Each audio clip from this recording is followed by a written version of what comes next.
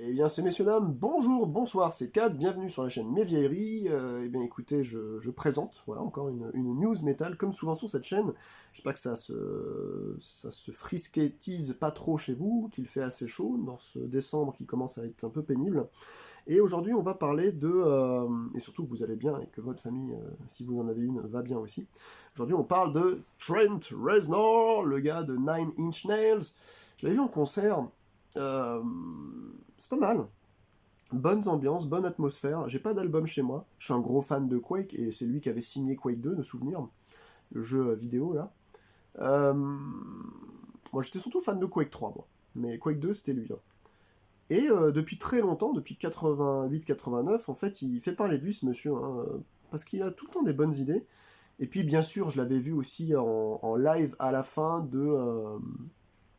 d'un des épisodes de Twin Peaks saison 3 en 2017, où Lynch s'était amusé, vous savez, à faire passer des groupes qu'il aimait bien, et puis dedans, comme il est pote avec Reznor, ben, il l'avait fait jouer dans le bar, là, voilà. Alors, l'article de Metal Zone, ce marronnier, nous dit la musique est reléguée au second plan. Fin de citation. Trent Reznor, Nine Inch Nails, dénonce la dévalorisation de la musique en 2024. C'est un article signé Mathieu, 13 décembre 2024 sur Metal News. Le leader de Nine Inch Nails exprime son désenchantement face à l'état de la musique en 2024 tout en annonçant de nouveaux projets ambitieux dans le cinéma et les jeux vidéo.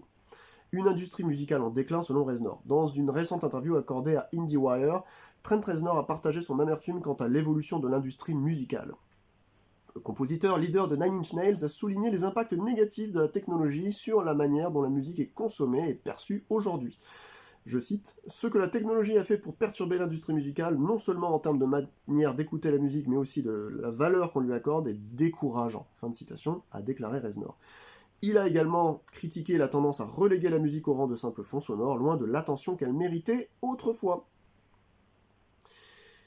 Des projets pour revitaliser la créativité. Malgré ce désenchantement, Reznor et son collaborateur Atticus Ross continuent à repousser les limites créatives. En plus de travailler sur un nouvel album de Nine Inch Nails, ils se concentrent sur des projets ambitieux dans d'autres médiums. 2 points. Cinéma, composition de la bande-son de Tron Ares, ou Tron Ares, troisième volet de la célèbre franchise de science-fiction, oui c'est Tron, ouais, ou Tron, prévu en octobre 2025, et jeux vidéo, création de la musique pour Intergalactic The Heretic Prophet, un jeu développé par Naughty Dog. Reznor a également évoqué son désir de simplicité, je cite, « Je veux une existence simple, être en paix avec moi-même et subvenir aux besoins de ma famille ». Un avenir incertain pour Nine Inch Nails. Bien que les fans puissent s'attendre à de nouvelles musiques de Nine Inch Nails, Reznor a laissé entendre que sa présence dans l'industrie pourrait être différente à l'avenir. Je cite, ce qui nous motive dans le cinéma, ce sont les collaborations stimulantes, une expérience que nous ne trouvons plus forcément dans le monde de la musique. Avec des projets variés et des réflexions sur l'état de la musique, l'avenir de Reznor semble se diriger vers une réinvention constante de sa créativité. Alors, qu'est-ce qu'on peut dire de ce truc-là? Alors déjà, moi, je l'apprends pas vraiment, en fait, cette espèce de pas de côté par rapport à ce type. On l'a bien vu tout à l'heure sur le prologue que je vous avais fait, notamment par rapport à sa composition. Dans le jeu vidéo, déjà en 96, ça devait être Quake 2, quelque chose comme ça. Il a produit Marilyn Manson, c'est lui qui avait Nothing Records, hein, qui était une sorte de label de vanité, une sorte de sous-franchise d'Interscope. Euh, je pense que ce type-là, euh, qui connaît parfaitement l'univers et le secteur de la musique, euh, a déjà mis des ronds et des billes dans d'autres projets, non pas parce qu'il voulait prévoir son avenir, vous savez, c'est un peu comme les Qataris et les Saoudiens qui commencent à faire beaucoup dans le tourisme, parce que, alors que surtout l'Arabie Saoudite était un pays qui était très fermé, soit vous y alliez pour des pèlerinages, si vous étiez musulman, soit vous y allez pour y travailler, ou faisiez partie d'un corps diplomatique notamment, mais soit vous avez de la famille. Mais il n'y avait pas en fait c'était un des pays les plus fermés au monde, il n'y avait pas de réel tourisme. Là c'est un peu pareil pour Trent Reznor, sauf que lui, contrairement à un pays comme celui que j'ai cité, il le fait simplement parce que c'est pour l'amour de la culture. Les Saoudiens, c'est surtout parce qu'ils voient que les réserves du sous-sol, là, les réserves pétrole commencent à diminuer énormément, et donc il faut qu'ils se renouvellent.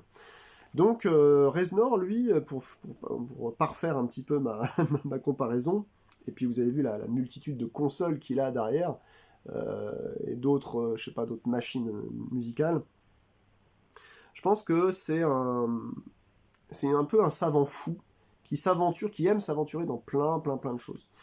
Il le dit à la fin, il dit que ce qui nous motive dans le cinéma, ce sont les collaborations stimulantes, une expérience que nous ne trouvons plus forcément dans le monde de la musique. Bah oui, parce qu'en fait, dans le monde de la musique, il peut y avoir énormément de collaborations. Je me souviens de cette collaboration Jard Bow, je crois, avec Neurosis. Enfin, il y a des trucs, des gens qui viennent d'univers complètement différents, ils essayent de faire des crossovers, il y a des trucs intéressants, mais au final, quelque chose qui a été proposé a déjà été proposé, et donc a déjà été fait. Le nombre de personnes qui rentrent dans l'industrie de la musique, peu ou prou, hein, qu'ils aient fait des études au conservatoire ou en école de musique, ou alors qu'ils soient des totales, comment dirais-je, autodidactes, et l'un n'est pas meilleur que l'autre, hein.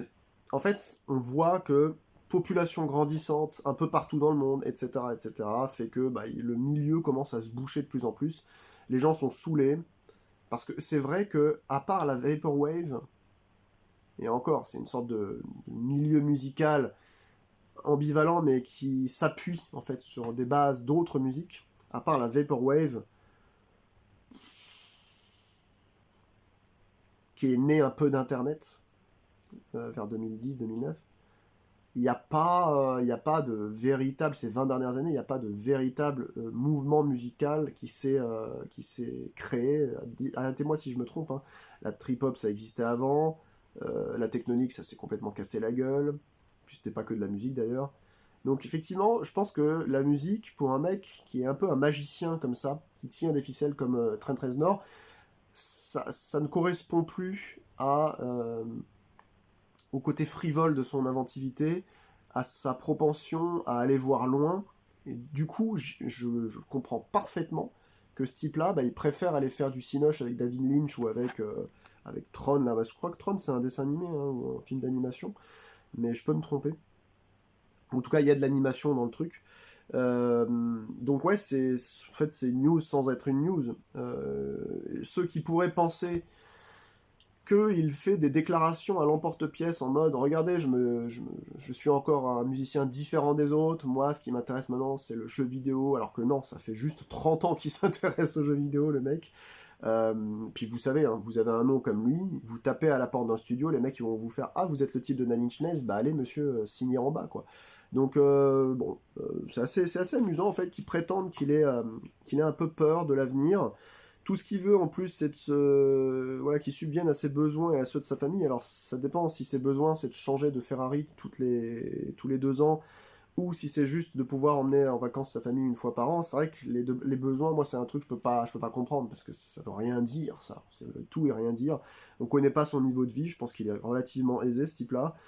Donc, bon, c'est encore... vous savez, quand je vois des interviews de grands noms comme ça, sauf si, comme les gars de Cathédrale, ils disent un jour au fait, c'est notre dernière année de concert et après vous entendez plus parler de nous, ni en album, ni en live, on arrête. À part si vous venez dire quelque chose comme ça qui va changer monumentalement l'intérêt des. Enfin, pas changer monumentalement l'intérêt, mais alerter vos fans et la scène sur le fait que faut plus compter sur vous. À part dire ça, toutes les autres déclarations en mode Slipknot que j'avais fait dans une autre news ou lui, comme c'est des gens en fait qui sont déjà très connus, ils n'ont pas besoin de répondre de ce genre de choses dans des interviews. Les gens voient facilement ce qu'ils font. En fait, c'est assez consubstantiel du moment, de l'ultra-connectivité. Ils rentrent un peu dans le jeu, tous ces gens-là. Ils donnent des news qui n'en sont pas. Comme à l'instar de Slipknot qui parlait de son album qui, si ça se trouve, n'existe pas et n'existera jamais. Le Take a Look Outside Your Windows, ou je sais pas quoi là. J'ai l'impression qu'ils maintiennent un intérêt constant à leur personne plus qu'à leur art. En fait, je vous donne un exemple. Quand les petits groupes, c'est-à-dire les gens qui sont soit sur pas de label, en indépendant total, ou soit sur des mini-labels, qui pressent moins de 1000 ou 2000 ou 5000 exemplaires de trucs, Quand eux, ils vous font un battage médiatique sur leur Bandcamp ou sur leur page Facebook en nous expliquant que regardez, on a enregistré le 4e titre de notre futur EP, puis en fait vous avez les photos en dessous, puis le lendemain ensuite vous avez regardez, on s'est pris en photo avec le designer de celui qui fait notre dessin, enfin tout ça, tout le monde s'en branle en fait. Parce que vous avez 500 vues en fait sur votre Bandcamp, ou 200, ou 10 même, j'en sais rien. Ça n'a aucun sens. Aucun sens. En fait, les gens essayent de faire vivre leur foi, F-O-I, à travers l'intérêt que eux ils ont, et ils peuvent avoir un énorme intérêt pour leur musique ou leur création, mais au regard du monde, tout le monde s'en branle. Réellement, tout le monde s'en fout. Encore une fois, les gars comme Trent Reznor ou les autres, moi ça me fatigue un peu comme si c'était des tout petits groupes, qu'ils viennent nous dire, bah alors c'est bon, on rentre en studio. Et une semaine plus tard, alors c'est bon, là on a mis le premier morceau dans la boîte. Enfin, ils sont en train de nous détailler le truc. Je fatigue en fait de tout ça. Je pense pas que Reznor fasse ça. Mais il joue quand même le jeu du média, à savoir de venir donner des nouvelles de ce qu'il prétend faire plus tard. En fait, là, il parle juste de 2025. 2025, j'ai 2 BO à faire. C'est déjà un assez gros boulot pour être salué. Un film et un jeu vidéo, c'est déjà énorme. Qu'ils prennent ensuite du retard sur ses travaux avec Nine Inch Nails, les albums n'en seront que meilleurs, puisqu'il aura aussi, lui, mûri avec ce qu'il aura fait avec le milieu du jeu vidéo et du cinéma, et du coup, il arrivera bien plus tard, l'album, mais il sera bien mieux que s'il était sorti, là, en catastrophe. Donc, on parle, blablabla. Alors vous allez me dire, moi aussi je le parle, mais là je me fais juste le chantre de la critique de basse catégorie. Je vous donne un avis comme ça, à brûle pour point. Je n'ai aucune prétention. Mais dès lors qu'il s'agit d'un truc artistique, moi j'avais sur cette chaîne présenté un album. Je voulais pas trop faire ça, présenter les trucs que je fais à côté dans ma live sur cette chaîne, mais j'en avais profité. Un album de ritual, ambiante, un peu sur les traditions africaines, etc. Je l'ai présenté en juillet. En mai, je crois, j'avais fait un trailer avec 20 secondes d'un début de morceau. Et en fait, quand j'ai fait ça, l'album était déjà fini. J'attendais juste, en fait, ma dessinatrice, je la salue ici, un coucou Roxane, qu'elle finisse son boulot, en fait, pour faire la pochette. Elle s'était manifestée, et j'attendais qu'elle finisse, je voulais pas lui mettre la pression. Donc je savais que l'album, je pouvais le présenter dans le courant juin-juillet. Mais j'en ai vu une quantité astronomique dans mes 20 dernières années là, de mini-zikos dans mon petit milieu. Enfin, les mecs, ils vous parlent du nom de leur futur démo ou de leur futur album et de leur conception de ce qu'il y aura dedans. Ils vous le vendent, mais il n'y a même pas une note qui est composée, quoi. Tout le monde s'en fout. Tout le monde s'en tape d'une force. Il y a que eux, ils sont dans leur milieu, ils sont là, ouais, carrément, puis ce sera comme ça, puis ça sonnera comme ça. Mais vas-y, mec. Ou meuf, fais le truc. Fais-le-moi écouter à la fin. Pas besoin de me le détailler, je suis pas dans une salle de cinéma, là. Hein. Je suis pas en train de lire un prospectus. Bref. Bah, dites-moi ce que vous pensez du boulot de Nine Inch Nails, d'ailleurs, je serais assez curieux. Je n'ai pas d'album de ce groupe chez moi. Je sais pas pourquoi, parce que ça... Je sais pas. Parce que ouais, en fait, il y a des trucs qui sonnent vachement bien en plus. Hein. Je sais pas. C'est un peu comme Type O négatif, j'en ai pas, alors que quand je les ai vus en live, j'ai bien aimé. Et les groupes, en fait, on peut pas tout faire, quoi. Puis moi, j'ai que 39 mètres carrés, là. Je peux pas tout mettre partout. Ça déborde déjà de jeux de société et tout. Comment voulez-vous mettre des cassettes ou des CD de trucs que vous allez écouter une fois, vous allez dire, ah, c'était bien ça. Puis en fait, non. Donc, faudrait que j'aille lire aussi l'interview qu'il a postée sur IndieWire, parce que là, je parle, mais si ça se trouve, il détaille beaucoup plus de choses intéressantes que sur le marronnier de Metal Zone. Donc, j'irai voir, j'irai faire un tour. Si je trouve des trucs intéressants, je le balancerai aussi en commentaire épinglé éventuellement dans cette news. Donc, portez-vous bien, et on se dit à très très vite, et bon vent à Nine Inch Nails, surtout s'il refait un dernier album et ultime, ou s'il n'en fait plus du tout. En tout cas, Trent Reznor, lui, je pense que c'est quelqu'un qu'on peut suivre avec un intérêt certain, parce que voilà, il en a encore sous le bras et sous le coude pour nous montrer qu'il est capable de faire quelque chose et de bouleverser un peu des éléments. Je vous souhaite une très bonne fin de journée, portez-vous bien, ciao ciao.